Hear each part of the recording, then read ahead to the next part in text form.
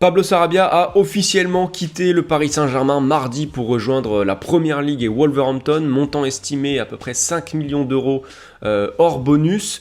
A priori, Paris va donc le remplacer. On va se demander comment le PSG va remplacer son Espagnol dans ce mercato. On voit ça dans cette vidéo. Alors, petit retour en arrière, on se rappelle des propos de Christophe Galtier.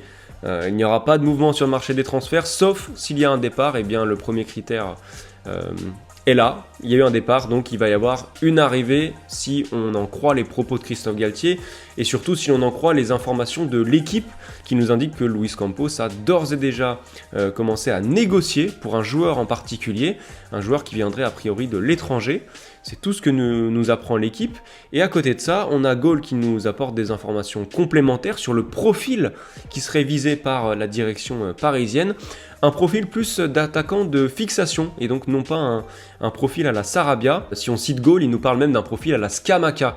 Vous savez, on en avait parlé longtemps cet été de ce grand attaquant qui a finalement rejoint West Ham.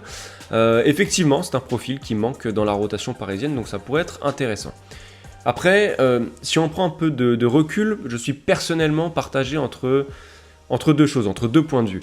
D'un côté, je ne suis pas sûr et certain que Paris doive remplacer numériquement Sarabia par un autre joueur offensif, puisque quand vous regardez un petit peu, vous avez Ekitike qui commence à se faire sa place en backup de Mbappé, qui a marqué quelques buts, qui prend confiance. Pour les rôles d'attaquant de soutien, Mbappé est aussi capable de reculer pour laisser sa place à Ekitike en pointe par exemple. Et puis on a Soler aussi qui gagne du temps de jeu, qui doit gagner encore en confiance. Et je suis persuadé que Soler a encore des choses bien mieux à faire avec ce maillot-là. Est-ce que venir boucher ce secteur serait une bonne idée ? Je suis pas certain parce que Sarabia, si on regarde, il a joué 19 matchs toutes compétitions confondues depuis le début de saison, une trentaine de minutes de jouer en moyenne, c'est pas énorme. Donc vraiment le joueur recruté viendrait prendre des miettes parce que clairement les trois titulaires, Neymar, Messi, Mbappé sont indéboulonnables.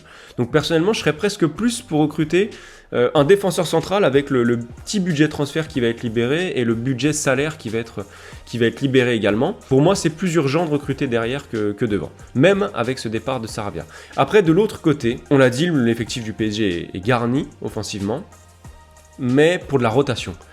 Je m'explique, demain, s'il y a un pépin d'un des trois titulaires de devant, personnellement, je ne pense pas que Ekitike ou que Soler se soit suffisamment costaud pour démarrer, par exemple, le 8e de finale de Ligue des Champions contre le Bayern Munich. Et quand on voit dans l'état dans lequel est Neymar depuis son retour de la Coupe du Monde, alors c'est pas catastrophique, mais je trouve pas qu'il ait un niveau de jeu et d'implication qui soit exemplaire, loin de là. Son match contre Rennes, il était vraiment agaçant. On a retrouvé le Neymar agaçant. Quand on voit ça, c'est vrai qu'avoir une solution de grande qualité, un backup de très grande qualité et prêt pour le haut niveau tout de suite, ce serait quand même intéressant. Surtout si c'est un attaquant de fixation de bonne qualité, je pense que ce serait aussi un argument pour satisfaire les demandes et les besoins de Mbappé dans le jeu.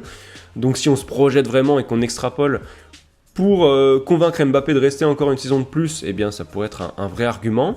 Pour anticiper un départ de Neymar aussi, éventuellement, parce qu'on sait que Neymar il sera peut-être plutôt poussé vers la sortie l'été prochain. Donc il y a quand même plusieurs arguments pour que Paris recrute un attaquant de fixation, mais recrute un vrai joueur de qualité, pas un petit jeune de rotation, sinon ça viendrait juste boucher cet effectif offensivement et ça ne résoudrait pas vraiment les problèmes qu'a le Paris Saint-Germain. En tout cas, c'est très certainement un sujet dont on reparlera sur But Football Club, le site et la chaîne YouTube. On se retrouve très vite.